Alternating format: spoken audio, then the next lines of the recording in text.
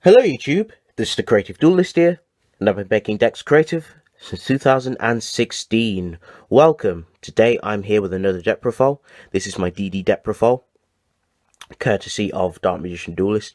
I've had this deck for a while now. It's just there was certain things I didn't have because my mate Charlie, she needed some of the cards for her DDD deck.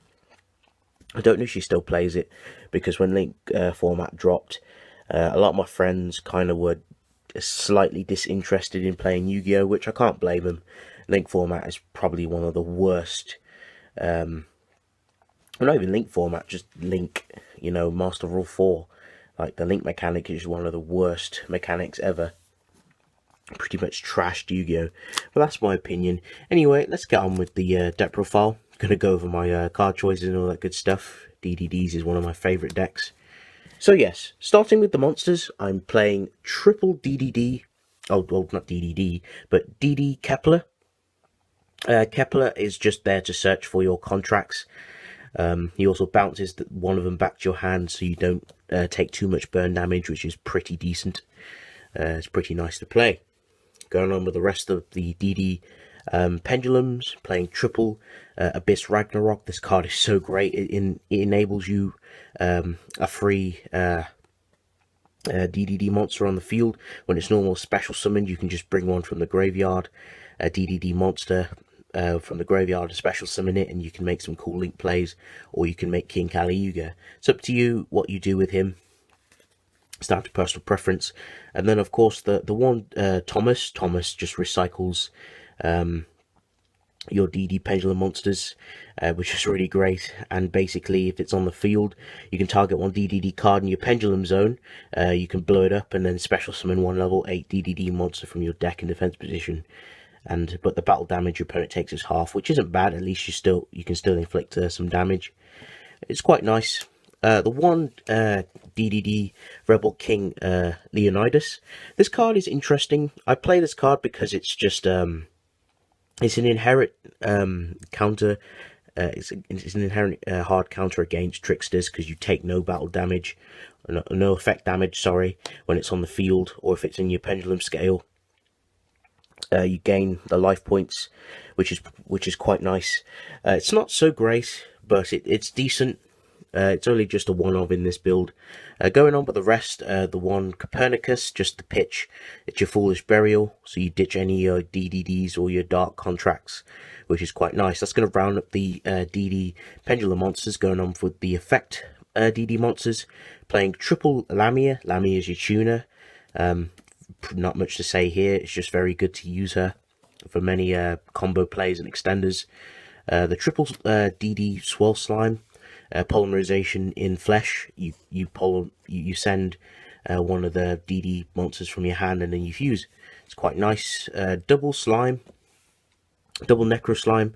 It's decent. I cut this down because it's not as great as it once was, especially with Link format. Well, Link, you know, Master Rule 4, kind of pretty much nerfing this deck pretty hard.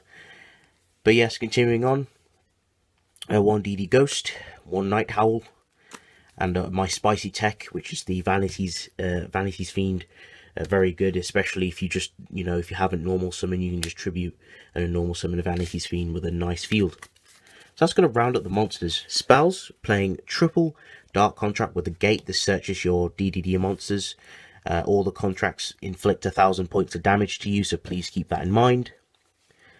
Double Swamp. Swamp is your polymerization.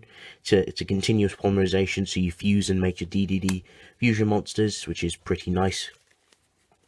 Going on with the rest of the two ofs, double Pot of Desires, just to kind of get through your deck and give you some consistency. Double Wear Off Thou. This is a spicy tech I play. If you have Kepler, you can search another Kepler for next turn. Double Allure of Darkness for draw power, Twin Twister for back row. This deck loses the back row. This deck is very combo heavy. One for one Soul Charge, Dark Hole, and Regeki to round up the spells. So that's going to round up the spells. Going on to the traps, playing one Full Force Virus, one Eradicator, and one Dark Contract with the Witch. The trap lineup is very small. I just don't have room for any more traps. Plus, this deck is very combo-esque like, so you don't want to play too many traps, which causes you inconsistencies. So that's going to round up the whole main deck. Going to go on to the extra deck. Okay, for the extra deck, playing double DDD Flame King Genghis. This card is your combo extender when you special summon, or when you summon a DDD monster.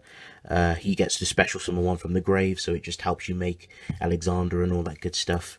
The one Caesar Ragnarok, it's kind of a gimmicky card. It just it comes in handy, but it doesn't always come up. Beowulf. Beowulf is a heavy storm in the flesh during, I think it's during your standby phase, so it's good just in case you have too many dark contracts on the field and you're going to get burned. One Oracle King for the life point gain. Again, it's an inherent hard counter to tricksters. You gain life points instead of tanking them if you was to take any effect damage. I've been very tempted to just bunk this too, because this card is just so great, but of course we just don't have the room. Going on with the Synchros, double Siegfried. He's your Shien. He negates one spell and trap once per turn. It's pretty nice. One Trishula. You can take out Trishula and put Hope Harbinger. I just don't have it. One Beazle, very easy to make. One Crystal Wing and one Gust King Alexander. And of course the one Odd Eyes Meteor Burst Dragon. You can literally just bring out a Ragnarok from the scale and it will trigger Ragnarok's effect, which is really nice. And of course for the XYZ, the one King Kali-Yuga. I don't have the Hope Harbinger. I just can't afford it at the moment.